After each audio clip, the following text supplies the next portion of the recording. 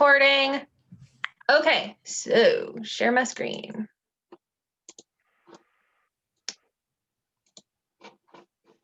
Can you see? Everybody can see, we're good? Yes. Yep. All right, awesome. So today we're talking about recruiting your ideal client. So I will go through this slideshow and we'll have some participation. I really love when people participate. So the more, the better. And this is all about recruiting. I've taught masterclasses on recruiting before, and I wanted to make sure that it wasn't redundant for the people who went to that class. So not only are we talking about recruiting / attracting, but we're also talking about recruiting your ideal client. So we're taking it to the next step with this class. So if you can silence your phones just for the next 45 minutes to an hour, maybe even less than that, we'll see how quick we go, but get comfortable, ask questions, and turn on your camera and participate. Good? All right, hi Angela. Okay, so. Hi, sorry. Oh, that's okay. Let's talk recruiting. Okay, yes, I said it, the R word. My last time that I taught this class, I was like, we're not gonna call it recruiting. And Jen Henry and I, we always joke and call it the R word because we like to say, you're not recruiting, you're attracting, right? You're an agent magnet, like you're bringing those agents to you who you're attracting. That's the goal. But you know what? Today, we're just gonna call it what it is, recruiting. So why do we recruit? When I'm talking to brokers, it's always usually the same two things. We're either recruiting because we want to increase the company dollar or because we need to improve the culture. So I want you to think for a minute, jot it down on a notepad. Why do you feel the need to recruit? Right? Everyone showed up here for a reason. Hopefully not just because you were looking forward to seeing me, but because you want to really talk about recruiting. So yeah, share it in the chat if you want to. Why do you want to recruit, right? Why do we recruit? Katrina said like attracts like, right? If we're recruiting the right agents, it's going to draw more of that, right? More talented people to do business with, absolutely. Company dollar, Bryce, exactly, right? What else? Agents move often, and to survive as a brokerage, you have to have new blood. Yeah, new territory. Exactly, right? We cannot pretend, like I always say, make sure that back door is closed, right? Close it, lock it, chain it up, don't let anybody out. But truthfully, the same reason that agents join you, they're going to leave you for that reason, right? And hopefully they don't, but that's typically what happens, and we can't pretend it doesn't happen. So we need to keep recruiting, right? We need to keep that fresh. What do we have here? Create a great environment for fun brand culture. New ideas, models, execution. Yes. Help agents be in the best company for them to make real estate a real profession. Tara, what do you mean real profession? I'm not muted.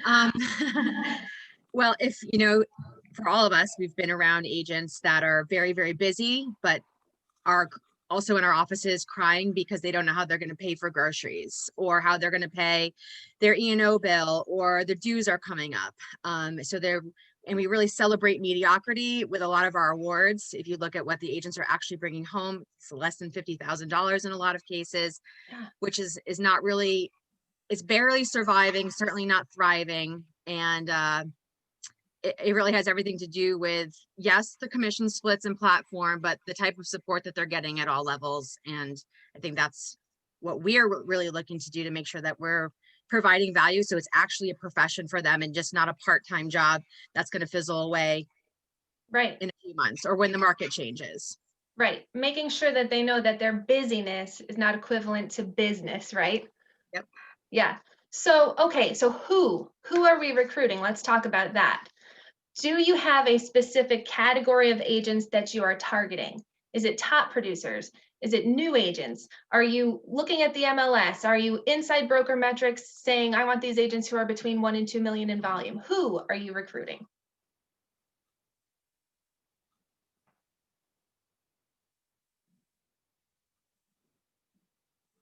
And anyone who wants to can just share, because everybody's different. But do you have a target agent? Do you know who your ideal agent is? I'll go. one of the Okay. things that we put together was, my ideal agent is someone who does 8 to 10 transactions a year. Because I feel like I'm better equipped to help them get from 8 to 10 to 10 to 15 or 15 to 20, so forth. I really do want full time. I've made some mistakes in the past, hiring, dual career, nothing wrong. But for my business, I need the full time. So instead of focusing on top producers, I'm focused on team members that do 8 to 10 transactions a year. Awesome. Yeah. Ideally, also in the business 1 to 2 years. Okay. So you're not having to teach them how to write a contract, what buyer agency is. They're already past that. You're looking to recruit so that you can increase their production. Correct. Awesome. I've got in the chat influencers, investor mindset. Angelina said new agents because she can train them right from the start, right? How to do it the right way. Bryce, I would like to share. go ahead, Yolanda. I'm at a position where I've only recruited new agents, and I want to figure out how to get more experienced agents. I love working with new agents. I think I ended up in that position because at heart, I am a teacher. I love teaching the new things, working with them, seeing them move into it and find their place in the business. But I just haven't been able to figure out how to get beyond that new people and really get the experienced folks also interested. Okay. I like that honesty and vulnerability. We're going to talk about that. We're going to talk about some different methodologies, different practices that you can practice, right? Okay, so I want to tell you a story. This is Joe. Can you see Joe? This is Joe. Joe is a good friend of mine. He is a commercial agent in New York where I live, and very successful, very, very successful commercial agent. He's 45-ish years old, and he's single, and he has a best friend who owns a bar. So Joe is notorious for posting on Facebook about how he can't find a girlfriend. But Joe, every single night after work, goes to his best friend's bar and is there to eat dinner because he wants to support his best friend and hang out with his best friend, which is great. But Joe doesn't drink, and his ideal girlfriend doesn't drink either. So Joe, like our whole entire friend group, picks on Joe to his face. Joe, you complain all the time. You're posting on social media all the time. You can't find a good girlfriend. Where are all the good girls? And you know what? Joe spends his entire evening at a bar. Joe, who's going to a bar in a pandemic? Not people who drink water, right? It's women who drink. So you're not going to meet your ideal girlfriend at Mark's bar every night. But Joe is a creature of habit, right? He does his work, he does really well, 9 to 5, usually 6, then he goes to Mark's bar. And he hangs out with Mark and eats chicken wings and salad and drinks water. And he's waiting for his dream girl to show up at the bar. Okay? So Joe has 2 different colors. It's just so weird, Jake, that you notice that. So anyway, we're always picking on him because it's habitual, right? You have to consider Joe. Look at what he's doing. His habit is going to a bar. He's expecting his dream girl to show up at a bar. His dream girl doesn't drink. So the same thing happens to us as brokers when we're recruiting. And I bring it to Joe because I think it's hilarious and something we all can relate to. However, we have to consider, are we doing the same thing Joe does? You know, what are your habits when it comes to recruiting? A lot of people have been trained to lead generate between the hours of 8 and 11 or 9 and 11. And if you're a broker, a form of lead generation for you is recruiting, right? So is your habit for recruiting logging into Broker Metrics and calling a certain demographic of agent and asking them to go to coffee? Is your habit for recruiting logging into Facebook, scrolling through, checking out the agents in your area, liking their posts, commenting on their posts, maybe sending them a message every now and then? What is your habit? So take a minute and just really reflect, self-reflect. What are you doing when it comes to recruiting that is possibly a habit that could be in your way? And if anyone wants to share, I would love if you shared. And if you think your habit isn't getting in the way, I still would love if you shared. My habit is coming up with reasons why I don't think I need to recruit. So I've got, I define my job as adding value to the agents that I have at my brokerage. And then I said, I had a call with Jake this morning, and I said the same thing to him, that, that's my job, is add value to our agents. And if I do a really good job at that, then we will grow organically. The agents will do the recruiting for me. And, to some degree that's true. But if I devoted any actual time to recruiting, instead of telling myself why I don't need to recruit, it would probably have a big impact. So that's the Brian, habit I'm in. thank you for sharing that. Have you Kristen, ever I'll- heard the term speed of the leader, speed of the pack? No. So consider that, because your agents are watching you, right? And they're going to mimic you. How you show up, that's how they'll show up. So however you want them to be attracting agents and maybe you want them to bring cooperating agents to you, right? Like, hey, I just did an awesome deal with this agent. You should give her a call, whatever. Or maybe they just invite the agent to join you without even connecting them to you right away. But they won't do that unless they see you doing it first. Speed of the leader, speed of the pack. Kristen, I'd like to share something on that, if I Do it. could. Yep. So yeah, just to your question, people are not numbers, right? And I think for years it was instilled into me that I pull up broker metrics, I look through the MLS and see who are the production categories, and I just went after the production, only to find out if I was successful in recruiting them, I totally overlooked the fact that they're a slime ball, they're unethical, they're not a team player, all the things that you don't consider. And that would be, for me, it was a habit to go after a certain production number. And if I brought that certain production in, I was hit on the shoulder and said, hey, you're doing a great job. You get to keep your job this month. Mm-hmm. Instead of saying, you know what, maybe that is a good starting point, but there's so much more to learn about that person and if they're truly a good fit. Yeah, 100%. I just had this conversation with Bryce earlier about, we coach a lot around numbers. I do that with all of my broker partners. We set goals. So as a broker, you have goals, right? And a lot of the goal that you're setting is surrounded or is based on your company dollar, how much money you're bringing home. So you can either create more company dollar by attracting more agents or increasing productivity, right? Those are the two main things. So we were talking about this as a slippery slope, because you want to attract the right agents. You want to focus on quality over quantity. So forget about the numbers for a minute, right? So, okay, let's talk about, so you've hopefully reflected on your own habits when it comes to recruiting. So let's think about, what can you do differently? So what can you do differently? If you were Joe and you wanted to support your best friend's bar, you could go there for dinner, right? But what could he do differently? I mean, maybe he could, like, I don't know, go on Match.com and invite someone to meet him at the bar and drink water with him. Like, there's a different approach. So what can you do differently? And as a broker, I understand that it's hard to switch mentalities or make a change in your schedule if you're time blocking. And I think that as leaders, a lot of us do time block. And so how can you achieve different results or recreate your habits without falling into what we call the whirlwind? So the whirlwind comes from a book called The 4 Disciplines of Execution. It's an awesome book. And it talks about how getting into action pulls you out of overwhelm, right? So how can you do something differently? So Brian, can I come back to you? Yep. Okay, so how can you do something different than what you're already doing when it comes to telling yourself you don't need to recruit?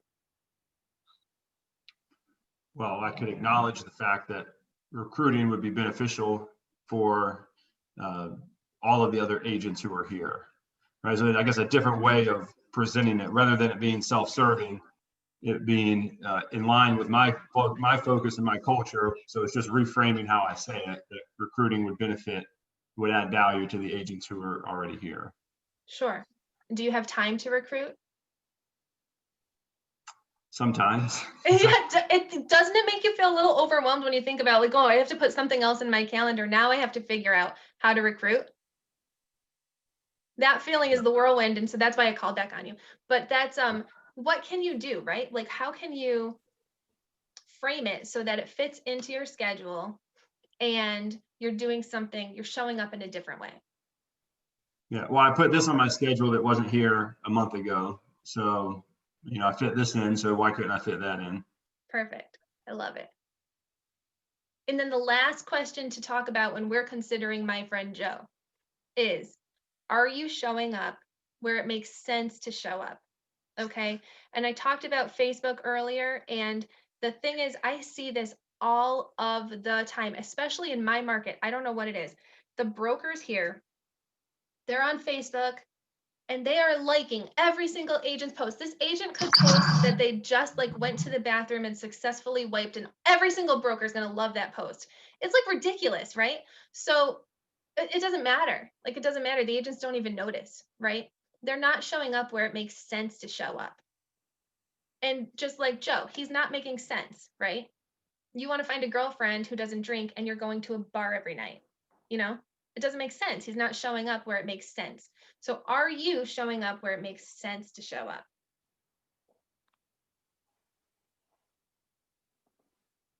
Does anyone want to share about that? I will. Classic over participator, only because it was recent that I asked you guys in a poll. Thanks to all of you who actually responded. The rest of you are jerks. In the brokerage partner Facebook group, I asked you guys where are you hanging out? Podcast, Instagram, Facebook.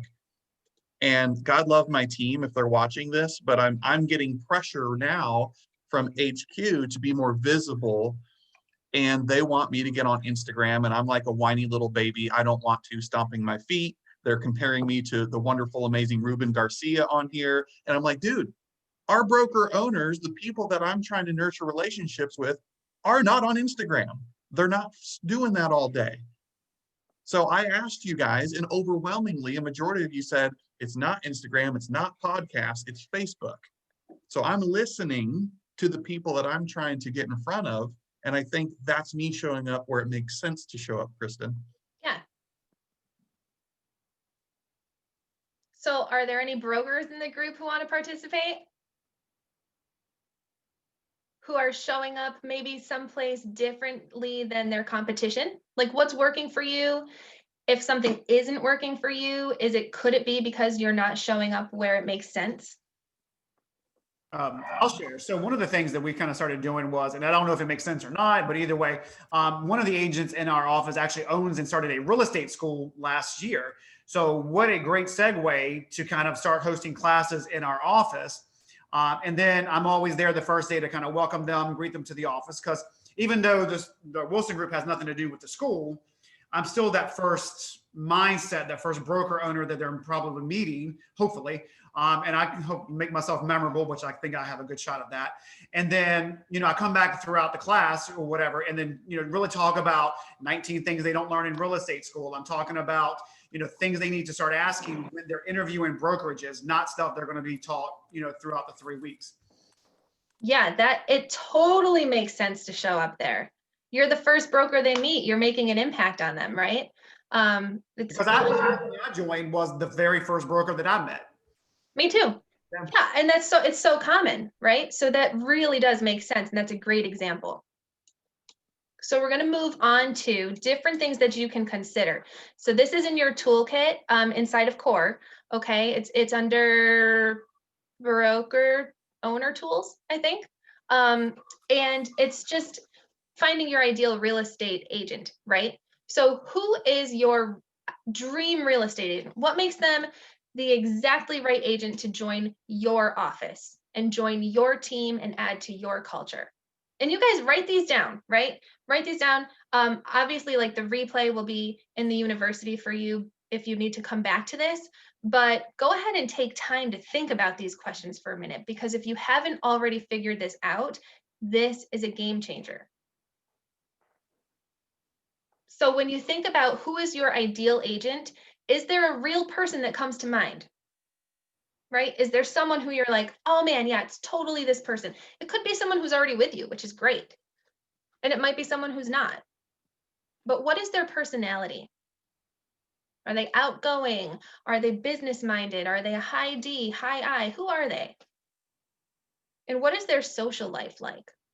Do they have a big network? Do they have great relationships in the industry?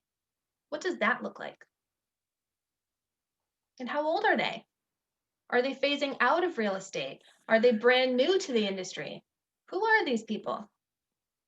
Do they have an income requirement? I know every agent says $100,000, but realistically, what is their income requirement, right? You've got to use the action plan to figure that out with them.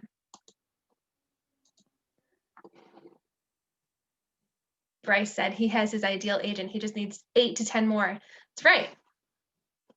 I'm going to lean on her, have her pull some of her friends in, right? Okay, what location? Are you in a niche market? Like, are you in a market where you really only want agents selling on one side of town? You know, what's the location? Does this agent live where she sells, he or she sells? Do they sell primarily outside of town? Like, what's going on there? And what are their goals? And their pains and their challenges, right? Right now, it's mostly a lot of, just like we were talking about at the beginning of this, kids who are learning from home, like getting them back to school and COVID and the whole thing. Like a lot of agents are struggling with that. Where are they congregating? I highlighted this. Angelina said she too, she gets referrals from her agents. That's awesome. It's the most natural, organic way to grow, in my opinion. So where is your ideal agent congregating? Are they on Facebook inside of a Mega Moms group, right? That's where I hung out like my first 5 years of selling real estate. The Facebook Mega Moms group, there I was. Where is your ideal agent? And then what podcasts are they listening to? What blogs are they reading? Where do they educate themselves? And this is exactly where Reed's comment came in, right? Where, if they're listening to a specific podcast, get on that podcast, show up where they are. What blogs are they reading? Can you write one? Can you contribute, right? Where are they educating themselves? Can you teach at a continuing ed school? Can you do something like that? Show up, right? Show up where they're showing up. Katrina, identify who you want to recruit and make a plan around being where they are. Exactly. Highly recommend getting active on Clubhouse. Yeah, the brokerage field guide, this is all in the brokerage field guide, you guys. Some of my best agents are moms of multiple small children. I am, yeah, same with you, Angelina. So it's who, yes, you're showing up where they're showing up. Who can you relate to, right? And then to me, in my opinion, and this is just my opinion, the most important factor to consider when you're recruiting is why. So you've figured out, hopefully by now, why you feel the need to recruit, okay, why you showed up to this class. You know why for you. But the important thing to consider is why for them, okay? So you discovered who your ideal agent is. You know where they're showing up. You decide to show up where they show up, and then you ask for a meeting. Why? This is the hard part, because you're going to get excited. This person's meeting with me. They're in production. They're not in production. They're super coachable. I can't wait to train them. Whatever it is, right? You're excited. My numbers are going to go up. My company dollar is going to go up. This is going to be great. She's going to add to the culture, whatever it is. Why? You need to be so intentional and specific about this. It's so important to preserve the culture of your company. It really, really is. So why did this agent agree to meet with you? Let's say you've got a top producing agent who's at a Berkshire Hathaway, okay, or wherever they are, and they're meeting with you, and you are not a Berkshire Hathaway. Why did they agree? Okay, what's causing them to say, okay? Are they just growth minded? Do they just not want to turn down the opportunity to meet? Do they just like you? Like they like your personality? They've heard good things? Ask them. The thing is, you can't be afraid to ask, okay? Why did they agree to meet with you? It should be one of the first things you talk about. And that's just my opinion, but I think it's really important. Why are they in real estate? Everyone has a reason. If I asked every single person on this call, why are you in real estate? We'd all have a different story. Okay. So it's important that you know the why behind each of your agents. It's so important. Why are they in real estate? Maybe you have an office like I know Angelina, she really values the moral code that she has and the culture that she has. And she doesn't need top producing agents to come in with their big egos. That's not what she's all about. And a lot of you feel that way. A lot of you want top producers to just make the money, right? Like it just depends on you and your office culture and who you're looking for. But you need to know their why. It doesn't matter your office culture or who you're looking for. If you know the why, you'll know if they're a good fit. Why are they in real estate? Why? Are they in real estate because they thought it would be easy money? Are they in real estate because their mom was in real estate and they always admired it and real estate did really well for their family? Who knows? Everyone has a different why, but you have to figure it out. You have to ask. Why are they considering a change? If they're considering a change and you ask them, why did you agree? Hey, it's awesome to meet you finally. I've heard amazing things about you from a lot of my different agents. Hey, question, I just want to pick your brain. Why did you agree to meet with me? What if I said that to Reed and Reed said, well, Kristen, I agreed to meet with you because honestly, my broker doesn't give me enough leads. I have to pay for my own dues. I mean, all the stuff that you're not going to give him either, right? I mean, you've got to really, really ask. Ask the hard questions. Otherwise, you're getting yourself into a big old headache, right? So, Katrina, don't sell yourself short. Yeah, look at everyone. You've got to consider everybody, right? Whoever your ideal agent is, go for it, but make sure you know why. Why are they considering a change? And then the next two questions, what will create a raving fan? Let's say you get through these whys, right? Why are you in real estate? Why did you agree to meet with me? Why would you consider a change? Like what's going on, right? And everything is perfect. Like just this person's just craving a more collaborative environment. They want to grow. They want to learn from a leader and they see that in you, right? Okay, awesome. Everything fits. Boom, boom, boom. What will create a raving fan? So you found your ideal agent. You're a raving fan of him or her. What will create a raving fan of you? How will you make them your raving fan, right? Because we want to, like I said, we want them coming in and we want that back door to be locked and closed and boarded up. So how can you make them a raving fan? Okay. And it's important that you ask that. Well, you don't have to say it like that, but you need to know what is the expectation.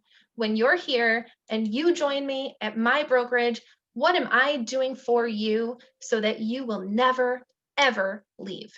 So that you love it here so much as all my other agents, right? Everyone here, we are a family. We jive, we work together, we collaborate, we support each other, right? How can you step in? What can I do for you to make it so comfortable that you step right into this team and feel from day one that you're a part of us? And that's what creates a raving fan, right? So how do you ask your ideal agent? What do you say to them? What do you say? How can I make you a raving fan? What would make you a raving fan of the Wilson Group or of Porter Plus, right? And then you need to just ask yourself if you can deliver. If they're answering your questions and they're in it with you right on the same page, right? And they tell you, you know what would make me a raving fan of this?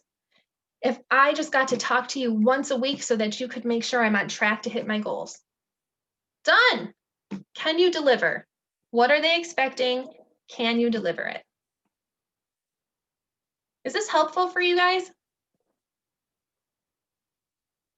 I love the question. We'll create a raving fan. I love that one. Good. Good. It's something that we don't always think about, right? Sometimes we get so in the zone, recruit, recruit, recruit, and we forget, who are we recruiting? Why are we recruiting them? It's so important. It's so important.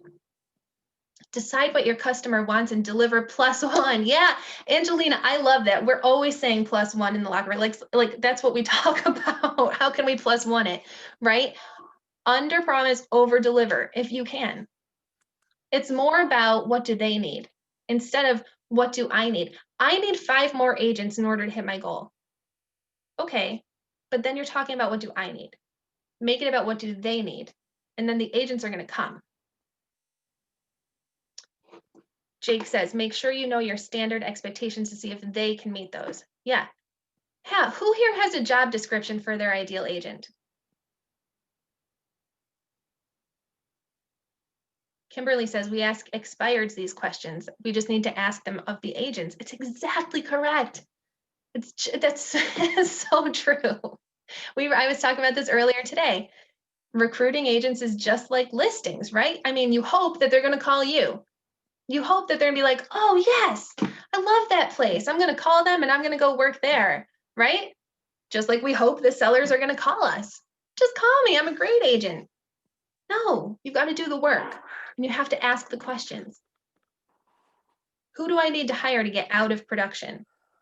That's everybody's magic question, right? That's the question we all wish we had answers to. Who is it?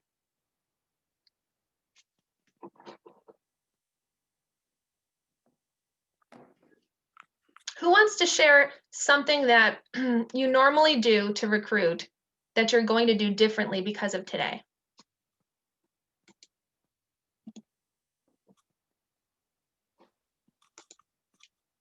Bring it.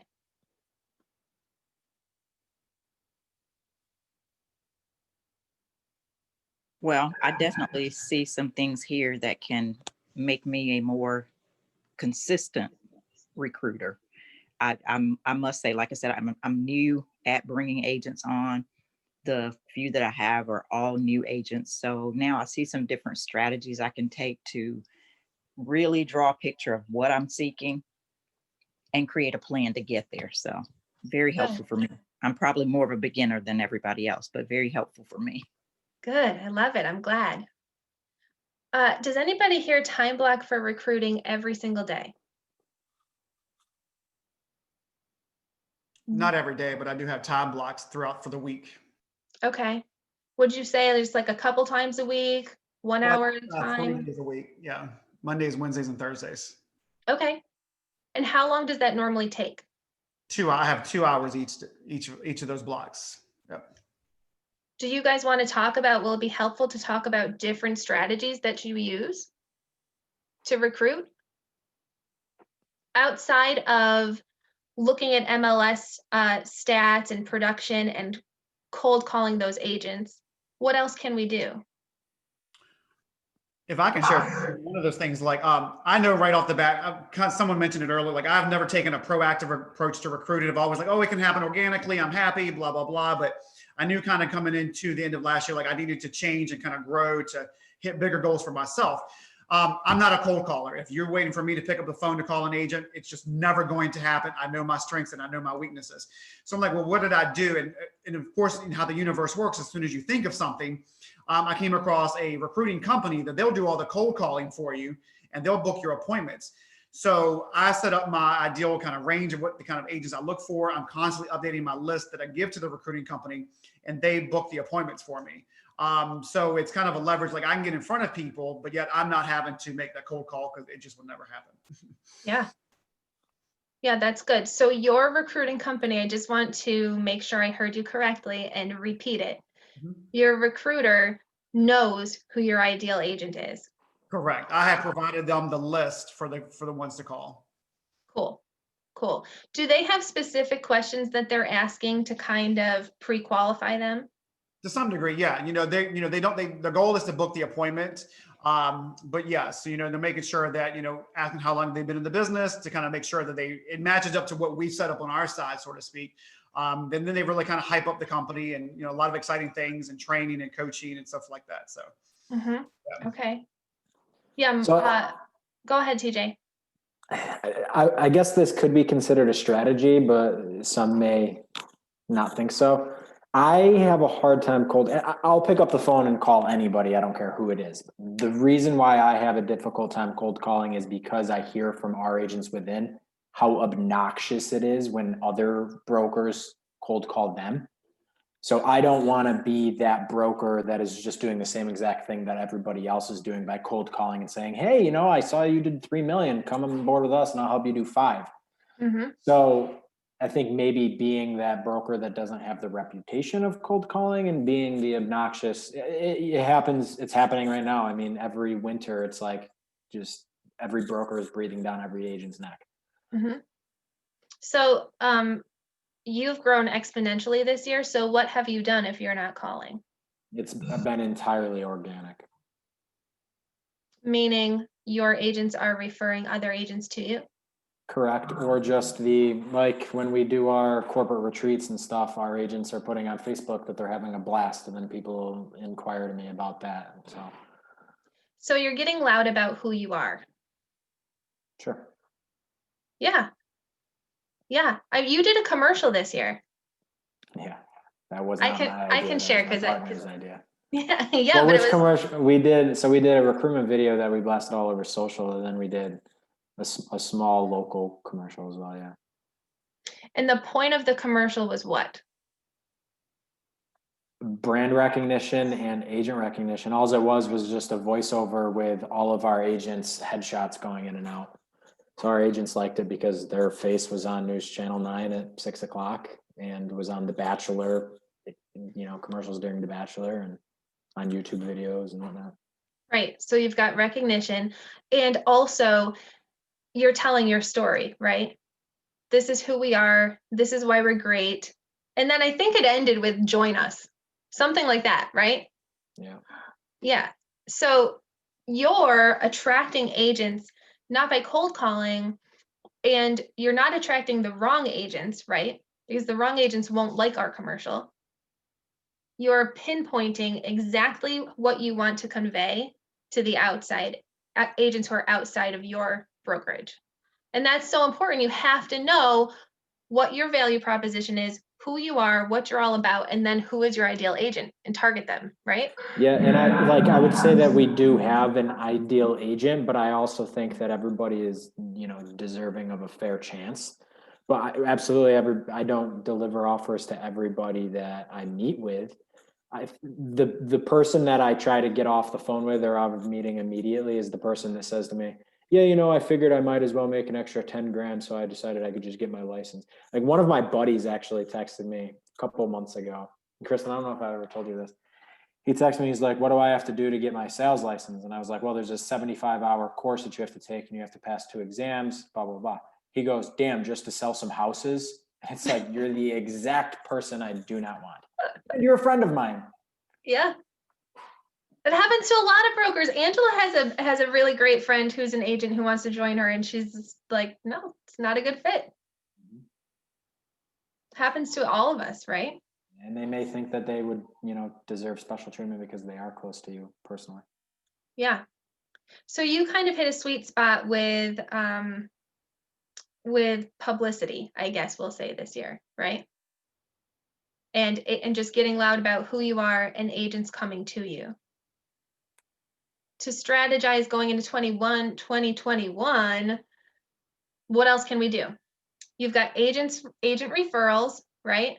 Jake says this is a huge point. It's important to do this exercise with all the questions to identify the who, and equally as important to create a list of the things you don't want. Yeah, exactly, right. It's one thing to know what you want, but even better to be clear on who you don't want.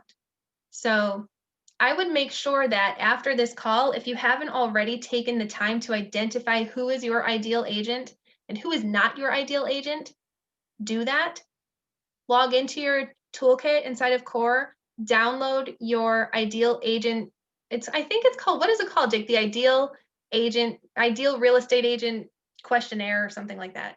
It's right there. You can't miss it. It's in the broker tools folder. Can I chime in? Yeah. So I had a conversation recently with another local independent broker, and we basically were trading off what our ideal client or ideal agent is. And we basically left that meeting with an agreement on, if someone comes through that doesn't necessarily fit our profile but is a little bit better for you, that they would refer them over. So it's a good thing to start to have those local connections with others to see if you can get a referral out of it, or also feed them as well with people that may basically identify with red flags to you, but might be someone that they would take on. Holy smokes. Yeah, I love that so much. I want to give you a hug through the computer. It's like, yes, you're coming from abundance, right? This person's not a good fit for me. They're an awesome fit for TJ. I'm going to send him his way. That's amazing. Yeah, network with the other brokers in your area. Why wouldn't you? What else? We do the same thing. So we do follow-ups on non-licensed and licensed people. Every 9 months, we have what we call a talent search. So a talent search conversation. So we've turned it into a system instead of, oh, you know what, it's time to see how many agents we can get. We know it's a numbers game. So everybody within our database literally gets a talent search conversation every 9 months. Non-licensed is basically like, hey, who do you know that may be looking to get into real estate as a career, or who do you know that may be at a firm that you could just, that isn't really enjoying it or just looking for more opportunities. We'll do that. And then we'll basically run the play for the licensed people, which is, hey, obviously you get first dibs of agents that you feel fit your culture. But if you find someone who doesn't, or you just don't have enough space for them, could you reach back out? And we run that every 9 months within everybody within our database. I love that. That's awesome. Can I chime in with one more thing? Yeah. Sorry. So the system that I use for recruiting, it sees the market, and it gives me some analytics on, where agents are going or migrating to. And so I started to kind of look at that, and this is a new thing, so I don't have any results on it yet, but I wanted to find out where are agents going, and then looking into why, not necessarily calling them and saying, why did you join that? But what is the offering from that brokerage that not necessarily that I could emulate, but that I could throw in an offering that would be enticing to agents to migrate here as well. And so I love the Wayne Gretzky quote about skate where the puck is going, not where the puck has been, right? And so it's that thought process on look where agents are moving to and find some reasons why, and then what can you add to your offering that would be so attractive that that agents would potentially join you. And so one thing I did, it wasn't necessarily to copy what they did, but so Compass is a big company that is attracting a lot of agents in our area. And one of their pieces of their pie is their Compass Concierge program, which is like an upfront repairs or staging or moving, all that stuff that basically, if people don't want to pay for it upfront or can't pay for it upfront, it'll be paid for through the proceeds of the property, or proceeds of the sale. So what I did is I basically emulated that, but they have some limitations to who can qualify for that, and they also have a cap to how much someone can utilize. And so what I was able to do is create a similar program without restrictions and with no cap. So if someone needs a $200,000 remodel on their house in order to put it on the market, in order to generate an extra, say, $400,000 in sale price, then we can do that, and that's going to absolutely be baked into how the proceeds of the sale comes out. So that was just one thing, but there's so many different, even smaller things that we could do by looking at where agents are going and start to have those different conversations with agents. Yeah, I see what you're saying. It's like studying the market, right? As the new demographic of agents is graduating from real estate school, what do they look like? What's important to them, right? We need to also be able to pivot and adjust. Otherwise, we get stale. So that makes total sense. Yeah, I mean, I think there's so many different ways to recruit. I think it's an important conversation to have to maintain relevance and just make sure that you're really being honest with quality over quantity when it comes to your agent count and who you are inviting into your culture. One other thing that I actually did 2 days ago on Monday was I had a Zoom meeting with a woman who She's currently with Keller Williams. She was on a team. She had just recently got licensed back in September. Team wasn't really a good fit for her. I had a Zoom meeting with her. She's never done a deal, never done a transaction, never written a contract or anything like that. And this was the first time I did it. I thought that maybe it would be beneficial for her to hear something from one of our agents and not just myself as a broker. So when we were done, I called one of our other newly licensed agents who has definitely drank in the company culture Kool-Aid for sure. And she sent a super long email to this woman, just like saying how she can't thank us enough for helping her with her career and how we're the best and the bee's knees and so on and so forth. And I think that that helped as well. So I'd like to get opinions from people if that is something that they like or hate. I love this. Testimonials work when you're an agent, so why wouldn't they work when you're a broker? That's a good point. I like it, TJ. Especially if it's a situation where you felt like that would definitely benefit you. You know, like sometimes you speak to some agents or potentials and they might be on the fence and you're like, who can I get to talk to them? And who else better than an agent that is on their same level? So like she was a newer agent and you had her speak to someone that's a newer agent and was able. So I think that was a great idea. I like it. Anybody else? Well, to kind of piggyback that, if you're getting agent reviews, if you have a career, a recruiting website, put those agent reviews on that and then make it part of your recruiting package brochures. Because then it's not just your word, you've got your own testimonials from your own team members. Yeah, and I have, like, every time I have a meeting with somebody, I'll follow up with essentially the same email where it just lays out, it's an offer from us plus information on the locker room and the CRM software and whatever. And I always include the YouTube link to our recruitment video, which in that has many testimonials from all of our agents through it. And I like TJ, I like it's organic. Like, I thought it was a very cool organic way to do it, because sometimes it can seem very commercialized too. Like if you have a testimony that's all pretty and put together and stuff, I do like the organic email piece of it because it's real. So For sure. And it just creates an additional relationship that the agent thinks she has coming on board. Yeah, day one, there's that instant connection with somebody else in the company. Yeah. Feeding off of that, Angelina said she has started having 2 of her agents switch on and off to come to the recruiting appointments with her. So then that's great, because then they, just like we just said, that they have the connection from day one to that other agent. Do you compensate them at all, Angelina? No, I do not. They're in our company culture, so they want to grow, and so they actually want to come with me. So. I talked about this a little bit with Kevin and Bryce earlier too, because we were talking about agents who might have a problem with growth. So really quick before we wrap this call up, it's another important point. Some of the agents who are already with you may see you growing once this is a goal of yours and you get focused on it, right? And they might have a problem like, oh gosh, we thought this was a boutique brokerage. Like that's why we joined and now you're getting big, right? The way to overcome that is to lean into those agents. Let them have a say in who you're bringing in. As long as they're not toxic, as long as they're in your culture, right?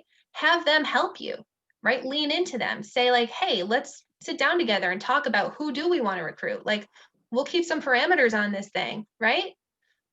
This way, the agent is more bought into your culture than ever. And they're helping you bring new agents in.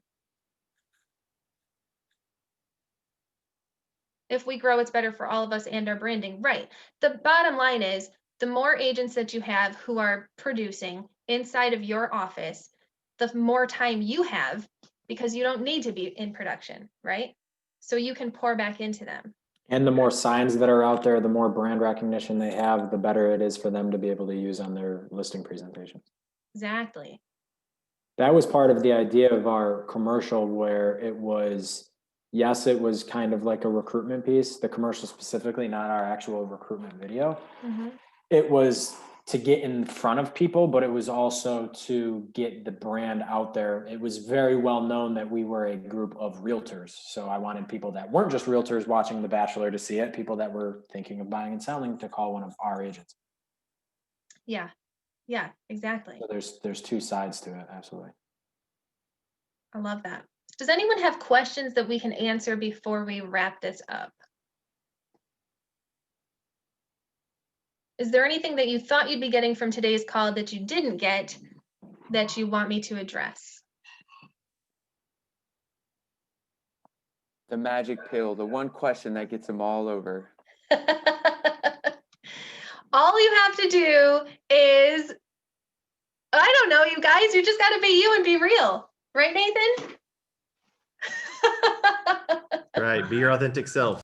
Yeah, make sure you guys are doing the exercises, right? Kevin posted where to find it. The file was called, it's up here, Ideal Real Estate Agent Persona. It's inside your broker, owner, and leadership tools in the toolkit inside of Core. And then, of course, you've got your brokerage field guide and your leadership scripts booklet. And if you want help practicing those, go on inside of our Facebook group and we'll partner up. Okay?